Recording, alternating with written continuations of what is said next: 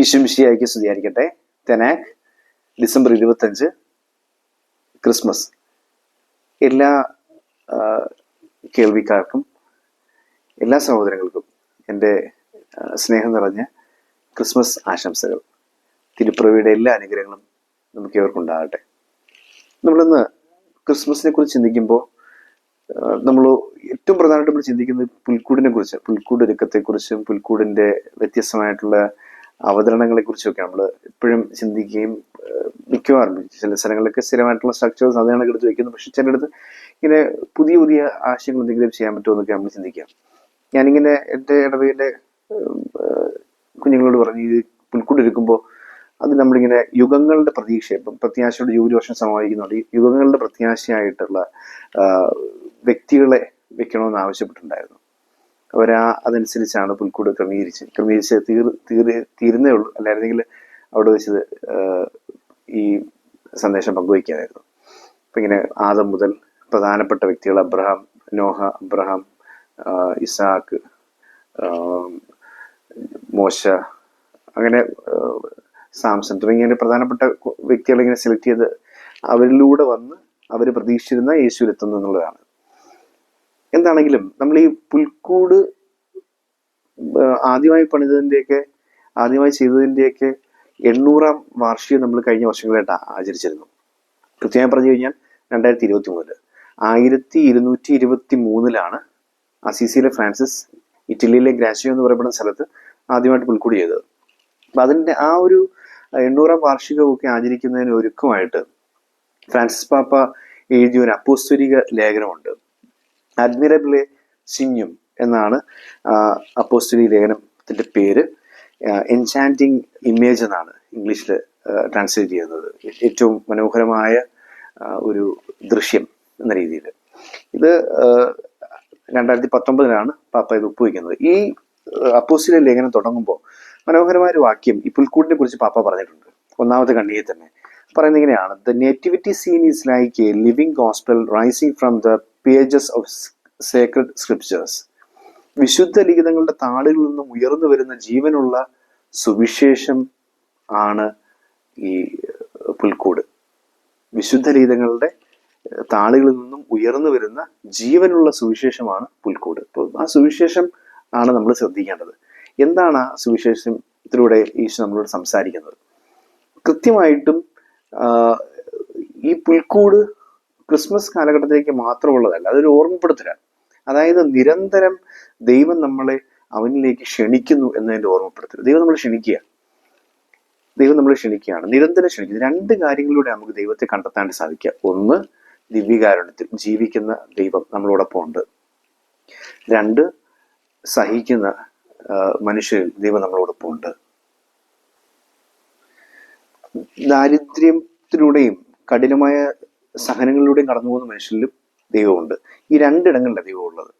ഈ 2 ഇടങ്ങളിലേക്ക് നിരന്തരം കടന്നു ചെല്ലാനും ദൈവത്തെ കണ്ടുമുട്ടാനും ഉള്ള ആഹ്വാനമാണ് പുൽക്കൂട്.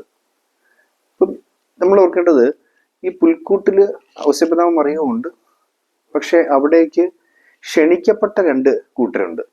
ഒന്ന്, നക്ഷത്രം വഴി ദൈവം ക്ഷണിച്ചു കൊണ്ടുവരുന്ന ജ്ഞാനികൾ. 2, മാലാഖ് വഴി ദൈവം ക്ഷണിച്ചു കൊണ്ടുവരുന്ന ഇടയന്മാർ. ഈ 2 വഴികളിലൂടെ നമ്മൾ ദൈവത്തെ നിരന്തരം കാണണമെന്ന് ഓർമ്മിപ്പിക്കാൻ വേണ്ടിയാണ് ഈ 2 വ്യക്തികളെ നമ്മൾ മനസ്സിലാക്കേണ്ടത്. ഈ 2 വ്യക്തികൾ ദിവ്യകാരുണ്യ അപ്പമായി കണ്ട് ആരാധിക്കാനുള്ള ഓർമ്മപ്പെടുത്തലാണ് ആരാധിക്കാൻ വന്ന ജ്ഞാനികൾ. ദരിദ്രരിലൂടെ, സഹിക്കുന്നവരിലൂടെ ദൈവത്തെ കണ്ടുമുട്ടാനുള്ള ഓർമ്മപ്പെടുത്തലാണ് മാലാഖമാർ കൂട്ടിക്കൊണ്ടുവന്ന, അല്ലെങ്കിൽ മാലാഖമാരുടെ അറിയിപ്പ് കിട്ടി വന്ന ഇടയന്മാർ. ഇത് 2 നമ്മളിലുണ്ടാവണം എന്നുള്ളതാണ്. ഏതെങ്കിലും ഒന്ന് സെലക്ട് ചെയ്യുക എന്നുള്ളതല്ല. ആരാധിക്കുന്ന ജ്ഞാനികളായി മാത്രം ജീവിക്കാനായിട്ടല്ല ഈ പാഠം നമുക്ക് നൽകിയിരിക്കുന്നത്. അല്ലെങ്കിൽ ദരിദ്രരിൽ മാത്രം ക്രിസ്തുവിനെ കാണുന്ന സാമൂഹ്യ സേവനം മാത്രം ചെയ്യുന്നവരായി നിൽക്കാനുമല്ല. ഈ രണ്ട് വഴിയിലൂടെ നമ്മൾ ക്രിസ്തുവിനെ തിരയുന്നതെന്ന് ഓർപ്പിക്കാൻ വേണ്ടിയാണ്. നമ്മൾ ജ്ഞാനികളെ ഒന്ന് ശ്രദ്ധിക്കുകയാണെങ്കിൽ നമ്മൾ ഓർക്കേണ്ടത്, ഈ ആദ്യത്തെ പുൽക്കൂടിനെ കുറിച്ച് പറയുമ്പോഴത്തെ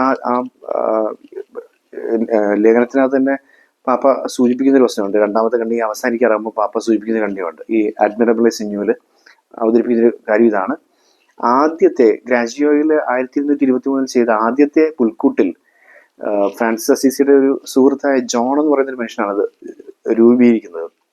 ഫ്രാൻസിസ് അസീസിയുടെ നിർദ്ദേശപ്രകാരം അതിനകത്ത് രൂപങ്ങളൊന്നും ഇല്ലായിരുന്നു. ഒരു കാലിത്തൊഴുത്ത് ക്രമീകരിച്ചെടുത്തു. അതിനകത്തൊരു പുൽത്തൊട്ടി വെച്ചിട്ടുണ്ട്, അതും എം ടി ആണ്. രണ്ട് വശങ്ങളായിട്ട് ഒരു കാളയുണ്ട്, ഒരു കഴുതയുണ്ട്, വേറൊന്നുമില്ല പുൽക്കൂട്ടിൽ. എന്താണത് സൂചിപ്പിക്കുന്നത്? നമ്മള് ജീസസ് ഓഫ് നസറത്ത് എന്ന് പറയപ്പെടുന്ന 3 വാള്യങ്ങളുള്ള ജോസഫ് റാറ്റ്സിംഗറിന്റെ ബെനഡിക്ട് പാപ്പായുടെ പുസ്തകത്തിനകത്ത് ജനനത്തെ സംബന്ധിക്കുന്ന ഭാഗം വായിക്കുമ്പോൾ അതിനകത്ത് പാപ്പ വ്യക്തമായിട്ടും പറയുന്നുണ്ട്, യെശയ്യാ പ്രവാചകന്റെ പുസ്തകം 2ഉം 3ഉം വാക്യങ്ങളാണ് നമ്മൾ ഓർക്കേണ്ടത്. ആകാശമേ കേൾക്ക, ഭൂമിയെ ചെവിയുക, ഞാൻ മക്കളെ പോറ്റി വളർത്തി അവരെന്നോട് മത്സരിക്കുന്നു. 1-ാം അധ്യായം 3-ാം വാക്യം പറയുന്നത് ഇങ്ങനെയാണ്, കാള തന്റെ ഉടയവനെ അറിയുന്നുണ്ട്, കഴുത തന്റെ യജമാന്റെ പുൽത്തൊട്ടി അറിയുന്നുണ്ട്, പക്ഷേ മക്കൾ അറിയുന്നില്ല, എൻ്റെ മക്കൾ അറിയുന്നില്ല എന്ന് പറയുന്ന ആ ഓർമ്മപ്പെടുത്തലാണ് കാളയും കഴുതയും വെച്ചുകൊണ്ട് ഇന്നും നമ്മൾ പുൽക്കൂട് സെറ്റ് അതിന്റെ ക്രിപ്സെറ്റിന്റെ രൂപങ്ങൾ വാങ്ങിക്കും. അതിനകത്തൊരു കാളയും ഒരു കഴുതയും ഉണ്ട്. നമ്മൾ പറയും കഴുത പിതാവ് മറിയോടെ വന്നതാണ്, അല്ലെങ്കിൽ കാള അവിടെ പുൽക്കൂട് ഈ കാലിത്തൊഴുത്തിൽ അവിടെ കടന്നതായിരിക്കും. ആ രീതി ഇരിക്കുമ്പോൾ ചിന്തിക്കുകയാണ്. പക്ഷേ ഇത് കൃത്യമായിട്ടും ഇതിനൊരു അർത്ഥമുണ്ട്, ഒരു ദൈവശാസ്ത്ര വശമുണ്ട്. ഇത് കൃത്യമായിട്ടും ഓർമ്മിപ്പിക്കുന്ന ഒരു കാര്യം ഇതാണ്, ഈ ലോകം മുഴുവനും ജീവജാലങ്ങളെ സകലതും ദൈവത്തെ തിരിച്ചറിയുന്നുണ്ട്, പക്ഷെ മക്കളെ നിങ്ങൾ തിരിച്ചറിയുന്നില്ല എന്ന് നമ്മളോട് ദൈവം പറയുകയാണ്. അപ്പൊ ദൈവം ക്ഷണിക്കുക, ഈ ക്ഷണമാണ് നമ്മൾ സ്വീകരിക്കേണ്ടത്. അത് പുൽക്കൂട്ടിലേക്ക് മാത്രമുള്ള ക്ഷണമല്ല. ഒരു ആരാധനക്രമ വർഷത്തിന്റെ ആദ്യ ഭാഗമായ ആഗമനകാലത്തിന്റെ പൂർത്തീകരണത്തിൽ ക്രിസ്മസ് നമ്മൾ ആചരിക്കുമ്പോൾ അതിലൂടെ ഒരു വർഷം മുഴുവൻ നീണ്ടു നിൽക്കേണ്ട ക്രിസ്താന്വേഷണത്തെ, ദൈവാന്വേഷണത്തെ സൂചിപ്പിക്കുന്നതാണ്, അല്ലെങ്കിൽ അതിലേക്കുള്ള ക്ഷണമാണ് പുൽക്കൂട് നമുക്ക് ഉപയോഗിക്കുന്നത്. 2 തരം ക്ഷണം. ആരാധിക്കുന്നവനായി നീ ജ്ഞാനിയായി വന്ന് എന്നെ കാണുക. അത് എങ്ങനെയെന്ന് ചോദിച്ചു കഴിഞ്ഞാൽ, ഈ നക്ഷത്രം എന്ന് പറയുന്നത് സഭാപ്രബോധനങ്ങളും സഭയുടെ നിർദ്ദേശങ്ങളും സഭയുടെ പാഠങ്ങളും സഭ നൽകുന്ന കുറെ കാഴ്ചപ്പാടുകൾ, ആത്മീയ ഉപദേശങ്ങൾ, ഇതെല്ലാമാണ് ഈ ജ്ഞാനികളുടെ അന്വേഷണം. നമ്മൾ വായിക്കുമ്പോൾ അവിടെ ഒരു പ്രത്യേകതയുള്ളത്, ഈ നക്ഷത്രം കണ്ട് അവർ അന്വേഷിച്ചു പോവുകയാണ്. പക്ഷേ നക്ഷത്രം കണ്ട് അന്വേഷിച്ചു പോകുമ്പോൾ അവര് കൃത്യമായ നക്ഷത്രത്തെ തന്നെ പിന്തുടരാതെ ഹെറോദോസിന്റെ ഭവനത്തിലേക്ക് കൊട്ടാരത്തിലേക്ക് പ്രവേശിക്കുന്നു. ഇതൊരു വലിയൊരു ദുരന്തത്തിന് കാരണമായി മാറിയ ഈ ഔസേപിതാവും മറിയവും ഉണ്ണിയേശുവും തന്നെ ഈജിപ്തിലേക്ക് പലായനം ചെയ്യേണ്ടി വരുന്നു. അതുപോലെ തന്നെ ആ നാട്ടിലുള്ള ഒരുപാട് കുഞ്ഞുങ്ങൾ കൊല ചെയ്യപ്പെടുന്നു. അപ്പൊ അങ്ങനെ ഒരു ദുരന്തം ഉണ്ടാകുക അവർക്കും ബുദ്ധിമുട്ടായി മാറുന്നുണ്ട്, അവർ കാരണം എല്ലാവർക്കും ബുദ്ധിമുട്ടായി മാറുന്നുണ്ട്. നമ്മൾ ഓർക്കേണ്ടത്, കൃത്യമായിട്ടുള്ള ദൈവാരാധന, കൃത്യമായിട്ടുള്ള സഭാപ്രബോധനവും കൃത്യമായിട്ടുള്ള നിർദ്ദേശങ്ങളും കൃത്യമായിട്ടുള്ള ആത്മീയ പാഠങ്ങളും ഒക്കെ ഉൾക്കൊണ്ട് ശരിയായ വഴിക്ക് തന്നെ മുന്നോട്ട് പോയിക്കൊണ്ടിരിക്കുകയാണെന്നുണ്ടെങ്കിൽ നമുക്ക് ഈ പറയുന്ന രീതിയിൽ ശരിയായ ആരാധനയെ ചെന്നെത്താൻ സാധിക്കും. ആരാധനയെ വഴിതെറ്റിക്കുന്ന രീതിയിലുള്ള ഒരുപാട് കാര്യങ്ങൾ നടക്കുന്നുണ്ട്. പല നേർച്ച കാഴ്ചകളിലേക്കും പല വഴിക്കുമൊക്കെ പുതിയ നേർച്ചകൾ തുടങ്ങുന്നു. ക്രിസ്ത്യാനിറ്റിക്ക് അകത്ത് തന്നെ, കത്തോലിക്ക സഭയ്ക്ക് അകത്ത് തന്നെ ഇത്തരത്തിലുള്ള തെറ്റായ പ്രബോധനങ്ങൾ, അപ്പൊ ഇങ്ങനെ കുറെ വഴികളിലൂടെ വഴി തെറ്റിപ്പോയിക്കൊണ്ടിരിക്കുകയാണ് ആളുകൾ. അപ്പൊ ശരിയായ ആരാധനയിലേക്ക് അവർ എത്തുന്നില്ല എന്നുള്ളതാണ് ഒരു പ്രധാനപ്പെട്ട പ്രശ്നം. നമ്മൾ മനസ്സിലാക്കേണ്ടത്, ഈ ശരിയായ ആരാധന എന്ന് പറയുമ്പോൾ ക്രിസ്ത്യാനിറ്റിക്ക് പുറത്തേക്കും പോവാം. ക്രിസ്ത്യാനിറ്റിക്ക് പുറത്തേക്ക് പോയി മറ്റൊരു ദേവനെ ആരാധിക്കുന്നു, അല്ലെങ്കിൽ വേറൊരു വഴിക്ക് പോകുന്നു, അല്ലെങ്കിൽ ആഭിചാരക്രിയകളിൽ കൂടോത്രം ഇങ്ങനെയുള്ള വഴിക്ക് പോകുന്നു. നമ്മൾ ഈ കൃത്യമായ നക്ഷത്രത്തിന്റെ പിന്നാലെയുള്ള പോക്ക് നമ്മളെ ശരിയായ ആരാധനയിൽ കൊണ്ടുവന്നെത്തിക്കും. ശരിയായ സഭാപ്രബോധനങ്ങളും ശരിയായ പഠനം, കത്തോലിക്ക സഭയുടെ മതബോധനം, അല്ലെങ്കിൽ തിരുവചന പഠനം, ഇതിലൂടെയൊക്കെ നമ്മൾ പോകേണ്ടത്. നമ്മളിപ്പോ ഈ ഒരു വർഷം ഉടനീളം ബൈബിളിന്റെ ഇയർ എന്ന് പറഞ്ഞുകൊണ്ട് ഡാനിയൽ അച്ഛന്റെ ഒരു ബൈബിൾ വായനയുടെ ഒരു പ്രോഗ്രാം ഉണ്ടായിരുന്നു. അത് കൃത്യമായും ഫോളോ ചെയ്ത് ഒരുപാട് മനുഷ്യരുണ്ട്. ഇതുപോലെയൊക്കെയുള്ള പ്രബോധനങ്ങളിലൂടെ ക്രിസ്തുവിലേക്ക് എത്തിച്ചേരുക എന്നുള്ളതാണ്, ആരാധനയ്ക്ക് എത്തിച്ചേരുക, ദിവ്യകാരണത്തിലേക്ക് എത്തിച്ചേരുക, ശരിയായ കുമ്പസാരത്തിലൂടെയൊക്കെ ദിവ്യകാരണത്തിലേക്ക്. അപ്പൊ ഇതാണ് നക്ഷത്രം സൂചിപ്പിക്കുന്നത്. അങ്ങനെ പോകുമ്പോൾ നമുക്ക് ശരിയായ ആരാധനയിൽ ചെന്നെത്താനായിട്ട് സാധിക്കും. അങ്ങനെ ശരിയായ ആരാധനയിൽ എത്തിച്ചേരുമ്പോൾ ശരിയായ കാഴ്ച സമർപ്പിക്കാൻ സാധിക്കും. ക്രിസ്തുവിനെ രാജാവായി കണ്ട് പൊന്ന് സമർപ്പിക്കുന്നു, മീറ സമർപ്പിക്കുന്നു. ക്രിസ്തുവിന്റെ മരണത്തിലൂടെ നമ്മളെ രക്ഷിച്ചവനായ പ്രവാചക ദൗത്യമുള്ള രക്ഷകനായി കണ്ട് നമ്മൾ മീറ സമർപ്പിക്കുന്നു. അവര് ജ്ഞാനികള്. 3, നമുക്ക് വേണ്ടി ആരാധന നടത്തി ദൈവസന്നിധിയിൽ നമുക്ക് വേണ്ടി അപേക്ഷിക്കുന്ന പുരോഹിതനായ ദൈവത്തെ നമ്മൾ ക്രിസ്തുവിൽ കണ്ടെത്തുന്നു. പുരോഹിതനും പ്രവാചകൻ രാജാവുമായ ക്രിസ്തുവിനെ നമ്മൾ കണ്ടെത്തും എന്ന് പറയുന്ന പോലെ തന്നെ നമ്മളെ സംരക്ഷിക്കുന്ന, നമുക്ക് വേണ്ടി എല്ലാം നൽകുന്ന രാജാവായി ക്രിസ്തുവിനെ നമ്മൾ കാണുന്നു. പൊന്നുകൊണ്ട്, മീറ കൊണ്ട് നമുക്ക് വേണ്ടി മരണം കൊണ്ട് രക്ഷ നേടുത്തുന്ന രക്ഷകനെ നമ്മൾ കാണുന്നു.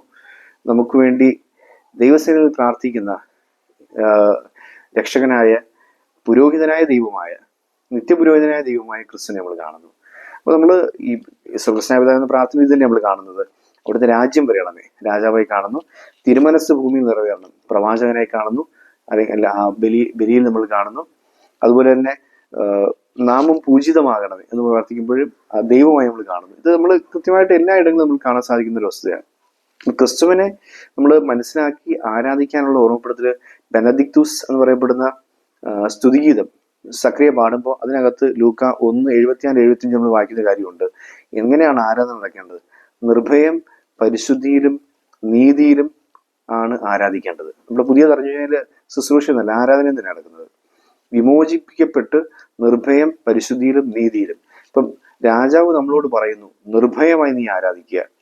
പ്രവാചകനായി അല്ലെങ്കിൽ രക്ഷകനായി ബലി കൊണ്ട് മരണം കൊണ്ട് നമ്മളെ വീണ്ടെടുത്ത ക്രിസ്തു നമ്മളോട് പറയുന്നു, നീതിപൂർവ്വം ജീവിക്കുക. പുരോഹിതനായ ദൈവം ക്രിസ്തു നമ്മളോട് ആഹ്വാനം ചെയ്യുന്നു, പരിശുദ്ധി നീ വീണ്ടെടുക്കുക. ഇപ്പൊ പരിശുദ്ധിയിലൂടെ നീതിയിലൂടെ ധൈര്യസമേതം ആരാധനയിലേക്ക് പ്രവേശിക്കുക എന്നൊരു ഓർമ്മപ്പെടുത്തലാണ് ഈ പൊന്നും നീറയും കുന്തിരിക്കവും അർത്ഥമാക്കുന്നത്. അപ്പൊ കൃത്യമായ ശരിയായ ആരാധനയിലേക്ക് പ്രവേശിക്കുക എന്നുള്ളതാണ് രാജാക്കന്മാരോട് നമ്മളെ പഠിപ്പിക്കുന്നത്. രണ്ടാമത് നമ്മൾ ഇടയന്മാരെ കാണുന്നത്. മാലാഖമാർ അറിയിച്ച അറിയിപ്പുകൾ കിട്ടിയ ഇടയന്മാർ വരികയാണ്. ഇടയന്മാർക്ക് നൽകുന്നൊരു നിർദ്ദേശമുണ്ട്. അവരെങ്ങനെയാണ് ക്രിസ്തുവിനെ കാണുന്നതെന്ന് ചോദിച്ചു കഴിഞ്ഞാൽ അവർക്ക് മാലാഖമാർ വ്യക്തമായി കൊടുക്കുന്ന ഒരു ഓർമ്മപ്പെടുത്തലുണ്ട്. പിള്ളക്കച്ച കൊണ്ട് പൊതിഞ്ഞ് പുൽത്തൊട്ടിയിൽ കിടത്തിയ ഒരു ശിശുവിനെ നിങ്ങൾ കാണും. പിള്ളക്കച്ച കൊണ്ട് പൊതിഞ്ഞ് പുൽത്തൊട്ടിയിൽ കിടത്തിയ ഒരു ശിശു. എന്താണ് ഈ പിള്ളക്കച്ച എന്ന് നമ്മൾ നോക്കുമ്പോൾ വീണ്ടും ജീസസ് ഓഫ് നസറത്ത് എന്ന പുസ്തകത്തില് ബെനഡിക്ട് പാപ്പ പറയുന്നുണ്ട്, ഈ പിള്ളക്കച്ച എന്ന് പറയുന്നത് അവന്റെ വരാനിരിക്കുന്ന പീഡാസഹനത്തെയും മരണത്തിന്റെ ആ കച്ചയും ഓർപ്പിക്കുന്നതാണ്. പീഡാസഹനം. അപ്പൊ പിള്ളക്കച്ച കൊണ്ട് പൊതിഞ്ഞ ഒരു കുഞ്ഞിനെ കാണുമെന്ന് പറയുമ്പോൾ സഹിക്കുന്നവനിൽ നമ്മൾ ക്രിസ്തുവിനെ കാണുക എന്ന് തന്നെ അർത്ഥം. പുൽത്തൊട്ടിയിൽ കിടത്തിയിരിക്കുന്നു. അത് കൃത്യമായിട്ടും ആ ദാരിദ്ര്യത്തെ സൂചിപ്പിക്കുന്നു. ദരിദ്രനായവനിലും സഹിക്കുന്നവനിലും ക്രിസ്തുവിനെ കണ്ടെത്തുക എന്നാണ് നമ്മൾ മനസ്സിലാക്കേണ്ടത്. അത് അവിടെ രണ്ടാമതായിട്ട് ക്രിസ്തുവിനെ കണ്ടെത്തേണ്ട ഇടവാ. അതിലേക്ക് പോകാനായിട്ട്. എന്നിട്ട് ഇതെന്താണ് ഇവർക്ക് നൽകുന്നത്? ഇവർ ആരാധനയെ കുറിച്ചല്ല ഇവരോട് പറയുന്ന ഇതാണ്, സകല ജനങ്ങൾക്ക് വേണ്ടിയുള്ള സന്തോഷത്തിന്റെ സദ്വാർത്തയാണ്. സന്തോഷത്തിന്റെ സദ്വാർത്ത ആണ് നിങ്ങളെ ഞങ്ങൾ അറിയിക്കുന്നത്. നിങ്ങൾ ഇവരിൽ ക്രിസ്തുവിനെ കണ്ടു കഴിഞ്ഞാൽ നിങ്ങൾക്ക് സന്തോഷം കിട്ടും. അതാണ് ഇടയന്മാർക്ക് നൽകുന്ന നിർദ്ദേശം.